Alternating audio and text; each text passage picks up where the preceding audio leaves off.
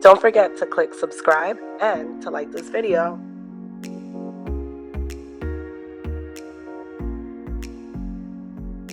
Today I'll be showing you guys exactly how I do my remote teaching, my online instruction, aka my live instruction via Zoom. My school uses Zoom in order to do some live instruction and for us to see our kiddos and for the kiddos to see their classmates, and it's wonderful and it has been working very, very well.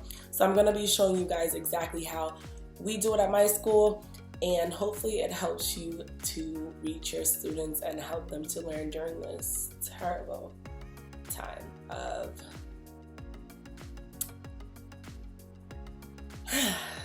So basically how my school does it is that each grade level they have a Zoom account, and then within that Zoom account they have a certain Zoom meeting ID and a Zoom password where the scholars have access to, and then they're able to at a given time log on to that meeting. So it is differentiated, so different groups have different times based on their academic needs. One lesson plan is catered to one group, another is differentiated and catered to another group, and then another lesson plan is differentiated and created for another group. So we have about 3 groups that we make live instructions or lesson plans for.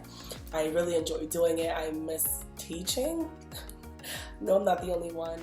And for me, it's like the closest thing to teaching. I don't want to cry. So I'll be sharing my screen with you so you are able to see how I do give out live instruction, and hopefully it helps you to either cater your live instruction and take some bits and pieces from me, or you could leave a comment for a push for me for my live instruction, which I love. Make sure you follow my Teachers Pay Teacher site. I have so many digital resources and interactive resources that are accessible for younger kids to use and to still learn from online. So follow my Teachers Pay Teacher store. You can search my store. It's Pryceless Resources, Pryceless with a Y, so not an I. So here's my Zoom application, and I'm going to go ahead and get started. So the first thing that you do is click Share Screen. And once you share your screen, you're able to click whichever screen that you need. So you could go ahead here and click your PowerPoint. So you would want to have your PowerPoint available and ready on your desktop prior to starting the meeting and prior to sharing your screen.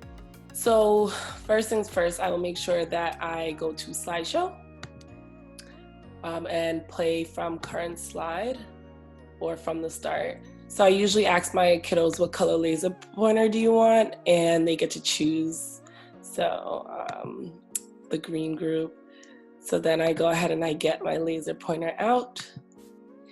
And then I say, to track my laser pointer, pay attention to the laser pointer. Oh, I'm over here, I'm over there. And then I have them track this number and say this number out loud and count chorally, or I'll popcorn and kind of, cold call a student and say, Anaya, go ahead, next number go, 12, 13, 14, 15, and we'll count all the way up to the number 38. Then on the next slide, we'll do the same. We will also be using the same Common Core standard of being able to count from any given number, so they will tell me what comes next, and that will be 40, so on and so forth. We also do quick subitizing drills to emphasize number sense. Sometimes when my students make a mistake, I go ahead and I get my highlighter and I could highlight certain things. So, oops, what number comes after 27? And then I'll say, it's 28. Say it again, 28. So I also tend to use and gravitate towards my interactive slides that I have created and posted on my Teachers Pay Teacher site because it's very helpful to use for live instruction. Here is one of the interactive slides that I have created. And this is where we get into the meat or the chunk of the lesson, where we're going to break apart tens and ones and make tens and ones. So here they're able to look at the number is 13, how many tens versus how many ones are in the number 13. So of course they break apart 1 10 and 3 ones, and then we talk that through and have some discourse there. Then on the next one, I'll probably ask them or cold call on a student, hey, Anaya, how many 10s are in the number 22? And then here, it's interactive, so I'm able to grab how many she says. So she said 3, I'll put 3. So then if I ask her how many ones are there in the number 22 and she says 2, I'll put 2, and then I'll probably have some discourse and conversation again and math talk with my scholars.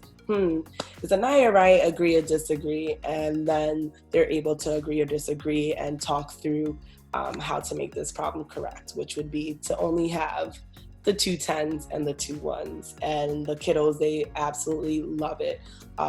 So it is very resourceful to use. And then to follow up on this instruction, the slides that I didn't do, I will then assign them onto my Google Classroom. I definitely would recommend to use Teachers Pay Teachers to find interactive slides to drive your live instruction. And I have plenty of interactive slides on my Teachers Pay Teachers store, which is in the link below.